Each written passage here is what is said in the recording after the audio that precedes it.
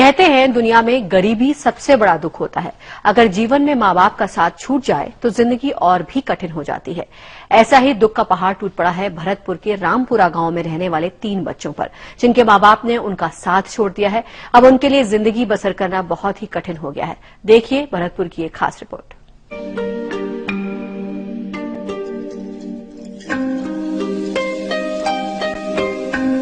इन 3 मासूम बच्चों को शायद पता नहीं होगा कि इनके साथ कुदरत ने कितनी नाइंसाफी की है।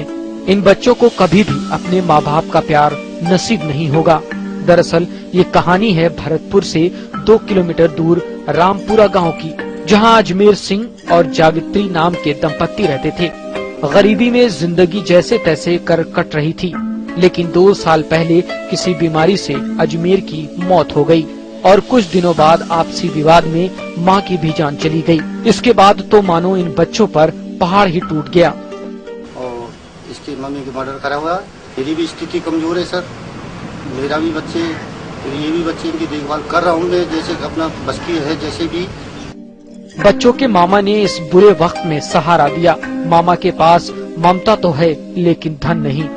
गरीबी की वजह से 3 बच्चों का बोझ उठा पाना मुश्किल है, क्योंकि अपने ही बच्चों का पेट मुश्किल से भर पाता है। हालांकि गांव के पूर्व सरपंच ने इन बच्चों को पंचायत समिति से मदद दिलवाने का भरोसा दिया। ये भी कोशिश करेंगे, पंचायत समिति से भी करेंगे और लोगों से करेंगे, इन बच्चों का पालन होता रहे और ये पढ़ाई भी होती रहे। न ये अनाथ हो चुके, इनके पास कुछ साधन नहीं है। इन बच्चों के बारे में जब जिला कलेक्टर को जानकारी हुई तो उन्होंने प्रशासन की तरफ से इन बच्चों को पढ़ाने लिखाने के लिए हर संभव मदद करने का आश्वासन दिया। जब वो हमारे पास आए और हमने उनकी पूर्ण व्यवस्था करवाई है, राज्य सरकार की जो अनाथ पालनहार योजना है, समाज कल्याण के अधिकारियों को बुला करके उनकी अनाथ पालन की सारी व्यवस्था कर दी गई। उनको किसी दानदाता के माध्यम से उनको नए कपड़े दिला दिए गए और उनकी सारी व्यवस्था अच्छी तरीके से कर दी गई है। इन बच्चों को हर घड़ी अपने माँ बाप की याद सताती होगी, माँ का आंचल याद आता होगा, लेकिन इनके नसीब में तो ये सब लौट कर नहीं आएगा।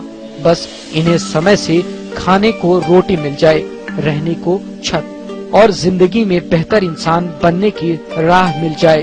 धर्मचंद सैनी, सहारा न्यूज़ ब्यूरो, भरतपुर।